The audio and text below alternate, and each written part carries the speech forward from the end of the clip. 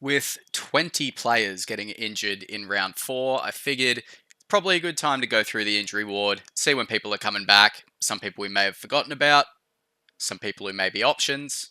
So let's get straight into it. Jordan Ricky, bit of a pod. I'm only going to delve into the very Supercoach relevant players. I think Ricky's kind of on teetering on the edge of relevant. He's a bit of a pod, but anyway, he's back round 7.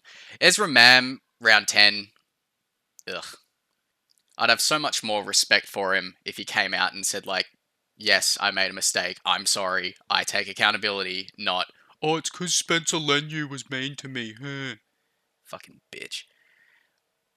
Moser TBC, so it looks like Pakes' spot is nice and safe. Matt Burton, Viliami Kickout, Jacob Kiraz, and Tupanua all coming back round 7. So if we have a look at their draw from round 7 onwards, where are the Bulldogs? Here. So we can see that the Bulldogs are actually 4th for Supercoach points scored per game, and they're about average for Supercoach points conceded. So round 7, they're coming off a bye as well, round 7, which is nice. So Souths, Broncos is tough, Gold Coast, Canberra, Sydney. The Broncos game's tough, and the Souths game could be tough with Latrell back, but I don't mind that. You are bringing in players that could potentially go to Origin after this Roosters game. Kiraz is probably on that list. Burton is a smoky for like a number 14. But yeah, I'll be keeping an eye out on Kiraz particularly because I was really disappointed I didn't get to start the season with him. Braden Burns, round 6. So he'll come back in for not Duffy. Who's the other one? Duffy was the halfback. I can't think of his name. The cheapie from the Cowboys. That is not an option. Tom Chester with an ACL. That sucks. Fucking Lukey, man.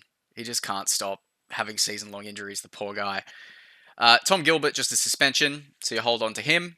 Lemuelu with a facial injury, round 6. I'm surprised that these facial fractures are only a couple of weeks. Like, I suppose you're not tackling with your face, but there's still contact. Like, 2 weeks seems very generous. Flegler's shoulder, 14, round 14. Maybe he could come in and save us if we're short for numbers during Origin, but I don't think I'd be going there. Trey Fuller won't be back anytime soon. Emre Gula suspended till round fucking 8. I completely missed this. This worries me because Hamish Stewart's not on here, but I think there was some reason for him not playing this weekend. There's a world where both my St. George front row forwards aren't available for me, but they are back up, so that's okay. And the Broncos and the Tigers don't have a bye until Origin at least, so we should be okay there. Moses coming back round 7, so he's getting pretty close. That opens up some pod opportunities at the Eels. I'm thinking Lomax, Addo-Carr, maybe Dylan Brown, maybe Mitch Moses himself. Definitely wouldn't be bringing him in for round 7. Bring him in, give him a look, see if the Eels don't look like a fucking busted ass, and then make a decision from there. Jack Williams, there was a bit of chat about him in the preseason, getting named in the leadership role. Seems to have a bit of ticker about him. We'll have a look at him around round 10. He could be another good cover option for Origin. Kai Piss-Paul's back next week. Leo Thompson's back next week. Tyson Gamble's gone TBC. And Dylan Lucas TBC as well. Apparently Dylan Lucas was sort of like a 4 to 6 weeker. But because it's TBC there, maybe it's gotten worse. Who knows? Panthers have 2 massive ins this week. They've got Dylan Edwards back and Nathan Cleary back. I know it says TBC there, but he'll be back. So those are 2 massive power players for Penrith coming back. Toto we may see eventually, but a winger is nowhere near as important as a fullback or a halfback. Although it is Toto, he is a pretty fucking important winger. Scott Sorensen will be back next week. Hubner's back this week. I thought we had to sit him for 1 more week. So a lot going on at the Rabbitohs here. We've got Hubner, Latrell Mitchell back this week. Then we've got Aitken, Munro with a collarbone back in round 6. Okay, he's an option. With Latrell back in the side, he's a gun. I'll be looking at Ty Munro. Campbell Graham out. I'm glad I didn't start with him. There was just too many red flags, and there continues to be red flags. Alex Johnston has somehow managed to hurt his ribs when he slammed his entire body weight onto his shoulder. So I feel like ribs is probably a better injury to get than a shoulder. Probably more painful, but I feel like shoulder has a more reoccurrence risk. Cam Murray with his Achilles. That sucks. So for Souths, Hubner, he's in my team. If you want to bring him in, you 100% can. He's a good option, cheapy, nice low break even, going to make some good money. Latrell Mitchell is realistically the biggest talking point this week, so let's find him. All right, Latrell Mitchell, 89 break even, 866k. He can score 89s pretty easily, so I'm not too worried about his break even. It's more the price. He's very expensive. I will be waiting a week on him, I think. I'm pushing towards the top 100 in the rankings, so I don't want to take any too crazy risks. To get him in, I'd probably have to get rid of Hines or Ponga, and I'm just not doing that. So we'll see how he goes this week against the Roosters, and then next week we could possibly bring him in against the Cowboys. That's the play. That's 100% the play. See how he goes, and if you have a turbo that you haven't sold yet, turbo to Latrell, 100%. That's probably the only scenario I can see bringing him in this week. Get a free look against the Roosters, and then we can bring him in when he's going to towel up the fucking Cowboys. That's what I'll be doing at least. Right, down to the Raiders. Smithies will be back this week after his concussion. Zach Hosking eyeing a return in round 7. So we'll have to keep an eye on Matty Nicholson. But he'll have a couple of price rises by then, which is nice. Albert Hopewadi with a knee, so after all that, Tamale was safe all along. It was still risky. The risk just didn't end up panning out. So if you unfortunately listened to me and didn't get Tamale in, can you still get him in? He's if I had to guess, I'd say he's like 350, 375k. Yeah, 350k. Break even of 8. How's the draw looking for the Raiders? Good run coming up. Para, Gold Coast Dolphins. Okay. Tamale is still a trade in this week. He's not cheap. This is tough. So he's already made 100k. Yeah, I can see him getting up to 500k. If you want to bring Tamale in this week, if you haven't already, I don't hate it. If you want to free in some cash, maybe you could look at, if you're happy with Jesse Arthurs at 500k, maybe you could swap him to Tamale, pocket that 150k, and then you've still got an option there that can score okay. Probably not the same ceiling as Arthurs. Personally, I'm holding him. Break even at 56. Like, he may peak, but he is coming up against the Tigers, so you can sell Arthurs this week for Tamale if you want. I don't mind that trade, but I will be holding on to him. And then these 3 guys here, all TBC, so don't need to go into that too much. Fiketti back this week for the Roosters. Victor Radley back next week. And then all the rest of these players TBC, which is kind of brutal. Oh, Connor Watson will be back probably next week. For Manly, we get Croaks back this week. Croker is so important to our side. Everything flows so much better when we're getting good service from him from dummy half. Keen to see that. That gives me a lot more confidence with Turbo out. Taniela Paseka apparently coming back for us around 25, so we'll have him in finals. I don't know if we want a guy sitting on the sidelines for 25 weeks to then come back in finals, but that's a long way away. Don't have to think about that. And obviously Turbo. For the Sharks, nothing too relevant here except for a couple of people who may have gone. Tommy Hazelton, he's back this week, and if he's cheap, I don't hate it. He's 516k with a 70 break even, so maybe we see how he goes this week. If he scores low, he may drop under 500k, in which case that is a slam dunk trade in. 400 and whatever k for Tommy Hazelton is really good. He's like a poor man's AFB. AFB, who's also dropping a lot of cash, 666k. I will be getting him in eventually, especially over the Origin period. Yeah, it's really nice to see his price starting with a 6 instead of a 7. That makes it a lot more viable. For the Storm, Asafa Solomon back this week. Jerome Hughes back next week. So Jerome Hughes is someone I'm looking at for bringing in over Origin. I'll probably be pairing him and Hines if Hines doesn't get picked for Origin. And I just really like getting these guns in from Storm minus Harry Grant. Pappenhausen, I think he's going to do well for us. Jerome Hughes, we saw what he did last year.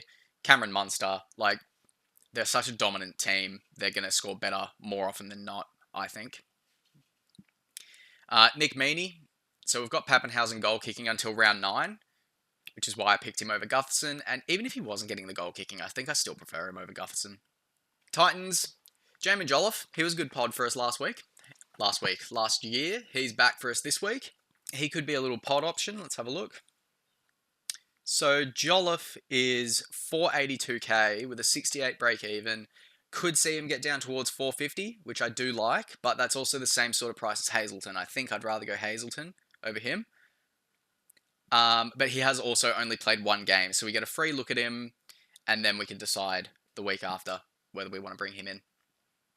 Kieran Foran, I don't think they'll be rushing him back at his age. Pereira and Keeney, that's a lot of X factor missing from this side, which really sucks because these two are amazing to watch. But, the Titans haven't been terrible with their new halves pairing, so. Warriors, Tom Arley, Watene Zalesniak, Tuivasa-Sheck, and Rocco Berry. Probably Tuivasa-Sheck and Zalesniak being the relevant ones here. Round 10 and 11. So the replacements coming in for them still have a decent stint that get a few price rises before these guys come back.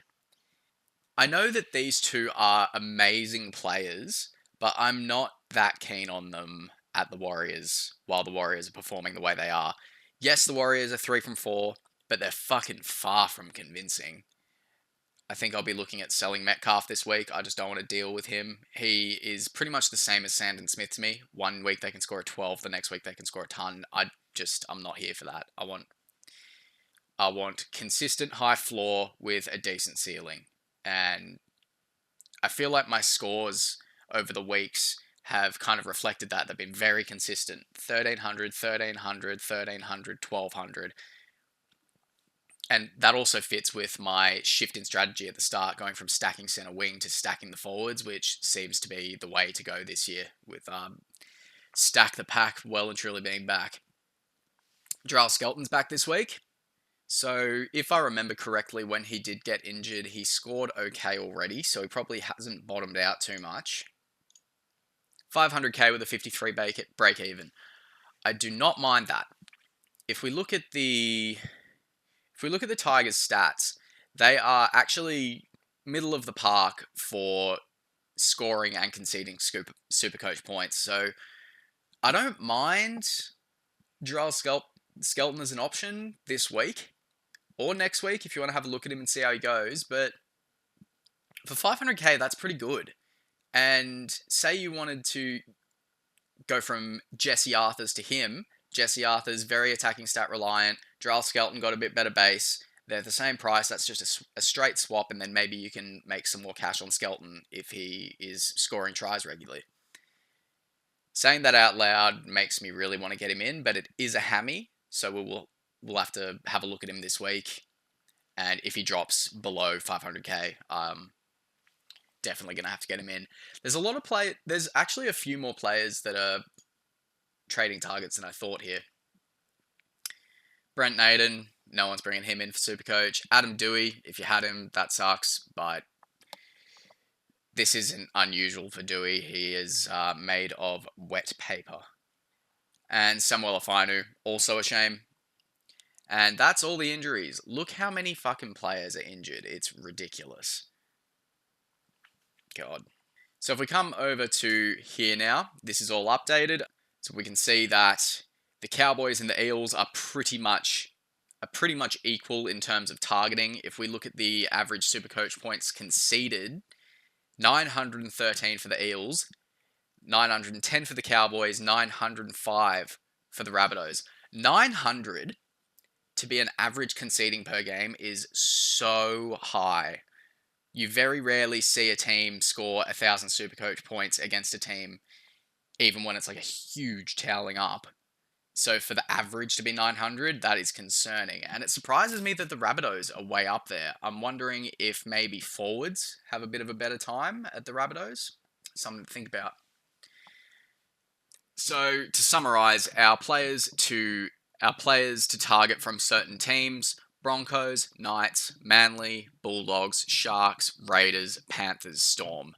And would probably ignore... Just drop my phone. And would probably be less favourable to the rest of these teams in sort of green, yellow and blue. As for targeting, Eels, Cowboys, Rabbitohs, Dolphins, Titans, and then maybe Dragons and Tigers and Warriors and Roosters. It's still a low sample size of data, so the further along the season, the more accurate and more helpful this will get, but I'm liking how it's looking, and it makes sense. You know, we know to target the Eels and the Cowboys. The Rabbitohs is a surprise, though, so that's why these tables are helpful. We know to target the Eels and the Cowboys, but would you have thought that the Rabbitohs would be the third best target? I would have thought Dolphins. So yeah, I'll leave a link in this to the description if you want to fiddle around with it yourself. Now let's quickly move over to the group league because I made a fuck up. So I actually fucked up the leader of the group league. White Line Sniffers is actually coming fourth. I'm coming third. Craig, Pain in the Hearse, is coming second. And Devil Knight, Josh, is coming first by about 50 points. He's ranked 32. So Josh, if you're watching this, leave a comment and you'll get the other half of the budget. Finn, White Line Sniffers, you can still keep your stake. That's my fuck up. And then anyone else who leaves comments on the video, I'll just have to put in some extra money this week. I'll wear that myself. So Metamorphosis managed to get a Lehigh Hopewadi anytime try score as well, which has pushed him up to $30.74. He's almost lapping second place. So it's looking like he's going to be the guy to get some money transferred to him at the end of the year. And we're up to $166.45 in the prize pool. For any new viewers, anyone can leave a comment on this video, on any video, of a bet they would like me to put on for this week. And if it wins, it gets added to the prize pool. And we've got a little leaderboard over here for the most contributions. And if you contribute the most at the end of the year, then you get a nice juicy cash prize. As for trades this week, we do have this Jenkins guy from Penrith.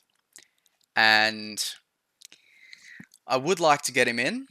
Is he absolute bottom dollar? Could I swap him in for that Nuff? Oh my god, I'm $400 off being able to get rid of my Nuff. Oh well. So he's got a fucking crazy break even of minus 94. He's projected to go up 100k by stepping on the park. They're playing the Cowboys. This is a no-brainer. Get him in. Absolute no-brainer. I can't believe I'm fucking $400 short. That is pain. So let's keep the Nuff in there. Let's, just for an example, put Jesse Arthurs in, who you could argue has peaked. We do that, that gives us 300k. And that is a lovely 300k to get rid of a Sandon or a Metcalf. Metcalf's on the buy, 77 break even, immediately looking like he's the one to sell. Yep. So we've got enough to get pretty much anybody. And I feel like the obvious move here would be to go Jaden Campbell, who is averaging the highest. He's 700k though. Oh, he's got a low break even. Shit. Okay. Let's have a look at the Titans draw. Dolphins, Dragons, Canberra, Cowboys, Bulldogs. Yeah. Yep. Jaden Campbell's in. I've never owned Jaden Campbell. I think he's a bit rocks or diamonds, which I'm not the biggest fan of, but he's in now, which means I can take the risky reserve off of Toya, stick it on Munster, and I'm pretty happy with that. This allows us to either boost or wait next week to do this, sell Sandon Smith, have about 440k to play with, move Hines out of flex back to halfback, and then I can pick anybody. So let's activate it. and give that a go just to see what it looks like. Him out, Hines back, and then I can pick anybody. Let's have a look at the lowest break-evens. Samrani, that won't be happening. Thomas can't. We do get a free look at him this week. He's only played one game. So if I was to wait and do this move next week, that'd be a very easy way to get Thomas Cant in, and then I still have a decent amount of money left over. Bailey Hayward with an 157 in his rolling average. How did I miss that? How did I not see him get that 157? So that 61's going to fall out of his average this week. The 157 next week. Last total average. Okay, fuck, I'm stupid. So the last number's all we need to worry about. I can't believe it's taken me 4 years to figure that out. Jesus. So yeah, Bailey Hayward's... Okay, never mind. Not an option. Do I get Nafahu White back? I can't, because I can't afford it. It was a reluctant trade out last week, but I just had to get Tino in. I couldn't miss out on him, but I'm starting to wonder if that was the right decision. We've got lots of options here. I don't think I need to push this boost this week, because I'm pretty happy with where I am. Not having to play Sandon, getting rid of Metcalf, not having to play Toya or Purdue. I'm quite happy with this. Righto, I'm going to go to work, and then I'll do another video of the Savo, going over the teams lists, and I'll see you then. Hooroo.